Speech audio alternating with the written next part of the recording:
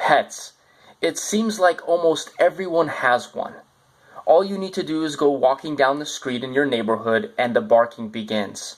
Or ring somebody's doorbell and hear the sound of paws clawing at the door on the other side. Dogs are referred to as man's best friend. Now, cats are sometimes described as smart or intelligent. If that's the case, then why do some landlords restrict them from their homes? Or say no altogether to having a pet in their property? What are the pros and the cons of making a decision like that? And what options are there? Well, we're here to discuss that. Now, before we get started, be sure to subscribe to our YouTube channel at Nicklin Property Management, and also be sure to give us a like if you like this video and the material that we're going to present. So, take a look at this innocent and happy face. It's the reason many of us have pets. We call them our companions.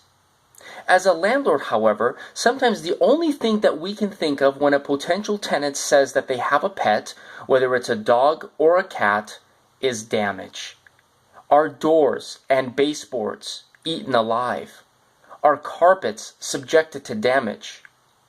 On the other hand, as a renter, we may insist that our pet is well trained, is housebroken, and wouldn't cause any damage to the landlord's property. So from the perspective of a landlord, what is the best course of action? How do we deal with accepting or not accepting a pet, and what options exist? Well, our experience has shown that many tenants do have a pet, and an overly restrictive approach can affect the amount of potential tenants that may be available for your property. So then, how do you find the balance of getting your home leased when perhaps you're not really inclined to accept pets? Well, first, keep in mind that you can put a restriction on pets. You can specify if you only want to accept, say, one pet, and whether that's either a dog or a cat. That way, you can put a restriction in place that will make you feel more comfortable while still keeping the funnel open for potential tenants to take a look at the home and potentially apply for it. This would, of course, require you to be open to accepting at least one pet at your property. Now, secondly, keep in mind that you can increase the security deposit that you collect from a tenant if they have a pet. On top of, say, a 1-month security deposit that you might collect for a qualified tenant, you can ask additional security deposit for a pet. The amount is really up to you. Now at Nicklin, we typically recommend a half-month's rent for an additional pet, fully refundable as long as there is no damage from a pet when a tenant vacates. That way, you're taking proactive steps and keeping additional funds on hand to minimize the expense of any potential pet damage that may occur at the property.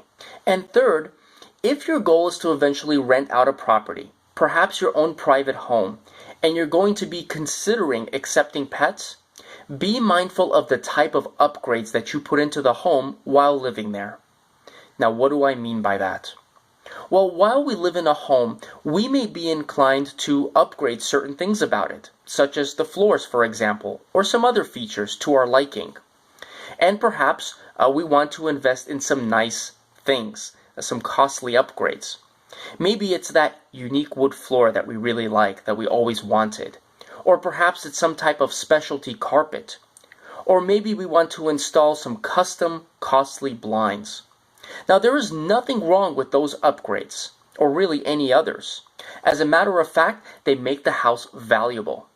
However, if your goal is to lease a property, keep in mind that if that unique wood floor gets scratched or damaged by a pet, or if that specialty carpet that you got gets a stain in it, it can be unbelievably costly and difficult to repair, more than any security deposit can cover. It could happen to the best of tenants simply because their pet had an accident. So be realistic with the upgrades so that repairs can be completed easily, the product is readily available, and the cost can be manageable. So ultimately, the decision of accepting or not accepting a pet is really up to you, the landlord. However, keep in mind that many tenants do have a pet, and restricting yourself completely can mean that the pool of available applicants is reduced. If you're open and willing to consider a pet, then keep in mind our 3 suggestions so that you can have a successful tenancy.